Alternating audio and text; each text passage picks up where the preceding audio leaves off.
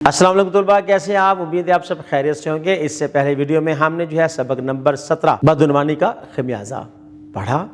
آج اس ویڈیو میں ہم وہ اس کی مشق حل کریں گے۔ جیسے کہ آپ بیٹا جانتے ہیں کہ ہر سبق کے بعد ایک مشق ترتیب دی جاتی ہے، اس میں کچھ سوالات پوچھے جاتے ہیں۔ ان سوالات کے پوچھنے کا مقصد یہ ہوتا ہے کہ بچوں کا جائزہ لیا جائے کہ جو سبق انہوں نے پڑھا ہے وہ ان کے ذہن نشین ہے یا نہیں ہے۔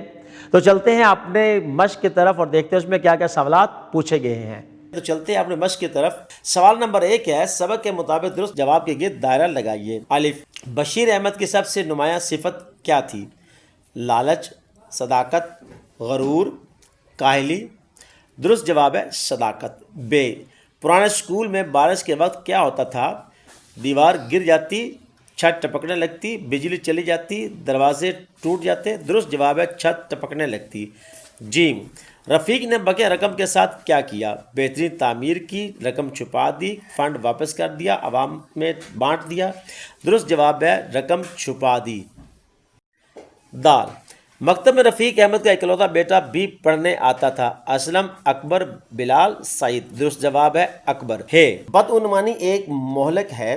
ملیریا، سرطان، فالج، پولیو۔ درست جواب ہے سرطان۔ سوال نمبر 2 ہے، سبق کے مطابق موضوع الفاظ لکھ کر خالی جگہ پر کیجیے۔ الف، اے فرزندان وطن، زر و مال سے زیادہ ڈیش کماؤ۔ خالی جگہ میں آئے گا وقار۔ ب، امانت میں ڈیش بدترین عیوب میں سے ہے۔ خالی جگہ میں آئے گا خیانت۔ جیم، رفیق احمد ایک خوش گفتار اور خالی جگہ شخص تھا۔ خالی جگہ میں آئے گا خوش شکل۔ دال، افتتاح کے روز رفیق احمد نے ڈیش تقریر کی۔ خالی جگہ میں آئے گا پرجوش۔ ہے، اب پچھتائے کیا ہوت جب ڈیش چگ گئی کھیت۔ خالی جگہ میں آئے گا چڑیاں۔ سوال نمبر 3 ہے، دیے گئے سوالات کے مختصر جوابات تحریر کیجیے۔ الف، بشیر احمد کیسا شخص تھا؟ جواب، بشیر احمد بڑا متواضع اور اصول پرست شخص تھا۔ ب، حکومت نے گاؤں کے لیے کس منصوبے کا اعلان کیا؟ جواب، حکومت نے گاؤں کے اسکول کی عمارت کو مضبوط اور جاذب نظر بنانے کا منصوبہ کیا۔ جیم، چیئرمین رفیق احمد نے سرکاری فنڈ کے ساتھ کیا کیا؟ جواب، اس نے واجبی سا عمارت پر خرچ کیا اور باقی رقم خود ہڑپ کر لی۔ دال، بارش کے بعد اسکول کی عمارت کی کیا حالت ہوئی؟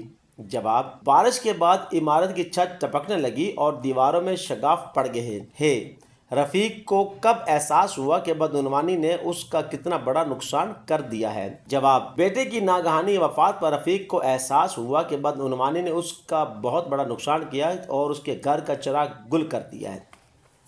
سوال نمبر 4 ہے، دیے گئے سوالات کے تفصیلی جوابات تحریر کیجیے۔ اساتذہ کرام، ان تفصیلی جوابات تختہ بورڈ پر لکھیں اور بچوں کو کاپی پہ نقل کروائیں تاکہ ان کے پاس نوٹس بک تیار ہو جائے اور وہ بار بار پڑھیں اور امتحانات میں کامیاب ہو سکیں۔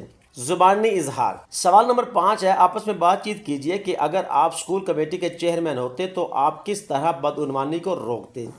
اساتذہ کرام، بدعنوانی کے بارے میں بچوں سے بات چیت کریں اور انہیں بتلائیں کہ بدعنوانی ایک بہت بڑا جرم ہے اور اس سے نہ صرف ذاتی بلکہ عوامی سطح پر بھی نقصان ہوتا ہے، تاکہ بچوں میں صلاحیت پیدا ہو سکے، وہ آپس میں بات چیت کر سکیں اور اپنا معافی ضمیر وہ بیان کرنے کے قابل ہو سکیں۔ سوال نمبر 6، اس سبق سے آپ کو کیا اخلاقی سبق حاصل ہوا؟ سبق توجہ سے پڑھیے اور جواب دیجیے۔ اساتذہ کرام، سبق خوانی کروائیں اور بچوں کو اس سبق سے متعلق اہم نکات وہ بتلائیں اور یہ بتلائیں کہ بدعنوانی کیسا جرم ہے اور اس سے کیا کیا نقصانات ہوتے ہیں اور عوامی اور ملکی سطح پر اس کے کیا نقصانات ہوتے ہیں، تاکہ بچوں میں بدعنوانی کا معنی وہ واضح ہو سکے، وسعت آ سکے اور وہ اپنے معافی ضمیر کو بیان کرنے کے قابل ہو سکیں۔ سوال نمبر 7، دیا ہوا واقعہ توجہ سے پڑھیے اور اس میں بتائے گئے کردار سے متعلق اپنے تجربات اور مشاہدات کی روشنی میں اظہار خیال کیجیے۔ اساتذہ کرام، اس واقعہ کو بلند خوانی کروائیں اور اس میں بیان کیے گئے کرداروں کے بارے میں بچوں کو بتلائیں تاکہ وہ اپنا معافی ضمیر اور اپنے خیالات کا اظہار کرنے کے قابل ہو سکیں۔ لفظوں کا کھیل۔ سوال نمبر 8، دیے گئے الفاظ کے بامعنی جملے بنائیے۔ اساتذہ کرام، ان الفاظ کے تختہ بورڈ پر بامعنی وہ جملے بنائیں اور بچوں کو کاپی پہ نقل کروائیں تاکہ وہ بار بار پڑھ سکیں، لکھنے کے قابل ہو سکیں اور امتحانات میں کامیاب ہو سکیں۔ سوال نمبر 9، درج ذیل الفاظ کے مترادفات تحریر کیجیے۔ اساتذہ کرام، تختہ بورڈ پر الفاظ کے مترادفات وہ لکھیں اور بچوں کو سمجھائیں کہ مترادف الفاظ کیا ہوتے ہیں تاکہ ان کا ویژن براڈ ہو سکے اور ان کو سمجھ آ سکے اور وہ لکھنے کے قابل ہو سکیں۔ زبان شناسی۔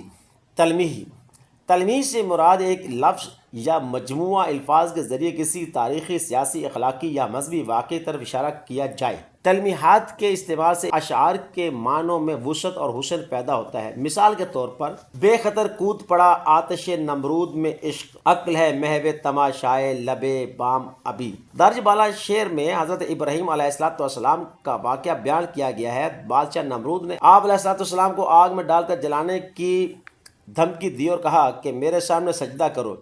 حضرت ابراہیم علیہ السلام نے غیر اللہ کے سامنے سجدہ کرنے کے بجائے آگ میں قدم رکھ دیا، مگر اللہ کے حکم ہے وہ آگ آپ صلی اللہ علیہ وسلم کے لیے پھولوں اور سبزے سے بھرا باغ بن گئی۔ شعر میں آتش نمرود تلمیح ہے۔ سوال نمبر 10 ہے، درج ذیل تلمیحات سے منسلک روایات کو اپنے الفاظ میں تحریر کریں۔ اساتذہ کرام، ان تلمیحات کا وہ واقعات تختہ بورڈ پر لکھیں، بچوں کو بتلائیں اور سمجھائیں اور کاپی پہ نقل کروائیں تاکہ بچوں کو ان تلمیحات کے بارے میں یا ان تلمیحات کے پس منظر میں جو واقعہ ہے وہ پوری طرح اس سے آگاہ ہو سکے اور وہ زندگی میں ان کے بارے میں بات چیت کرنے کے قابل ہو سکیں۔ تخلیقی لکھائی۔ سوال نمبر 11 ہے، سبق بدعنوانی کا خمیازہ کا خلاصہ اپنے الفاظ میں تحریر کیجیے۔ اساتذہ کرام، اس سبق کا خلاصہ تختہ بورڈ پر لکھیں اور بچوں کو کاپی پہ نقل کروائیں۔ سوال نمبر 12، کرپشن ایک لعنت ہے کہ موضوع پر دو دوستوں کے درمیان مکالمہ تحریر کیجیے۔ اساتذہ کرام، مکالمہ لکھ کر بچوں کو کاپی کروائیں تاکہ وہ آپس میں وہ بات چیت کر سکے اور مکالمہ لکھنے کے فن سے آگاہ ہو سکے اور صلاحیت پیدا ہو سکے۔ جی عزیز طلباء، امید ہے آپ نے تمام سوالات بڑی ہی توجہ کے ساتھ، دھیان کے ساتھ حل کر لیے ہوں گے اور کوئی سوال رہ نہیں گیا ہوگا۔ ایک بہترین نوٹس بک آپ کی تیار ہو چکی ہوگی جسے آپ بار بار پڑھ سکتے ہیں، یاد کر سکتے ہیں، اور اگر آپ بھول بھی جائیں تو دوبارہ آپ پڑھ سکتے ہیں۔ اس طرح آپ وہ امتحانات میں ایک بہترین وہ کامیابی حاصل کر سکتے ہیں۔ تو عزیز طلباء، اس کے بعد آپ ملیں گے ایک نئی ویڈیو میں ایک نئے چیپٹر کے ساتھ۔ تب تک کے لیے اجازت دیجیے، اپنا بہت زیادہ خیال رکھیے گا۔ اللہ حافظ۔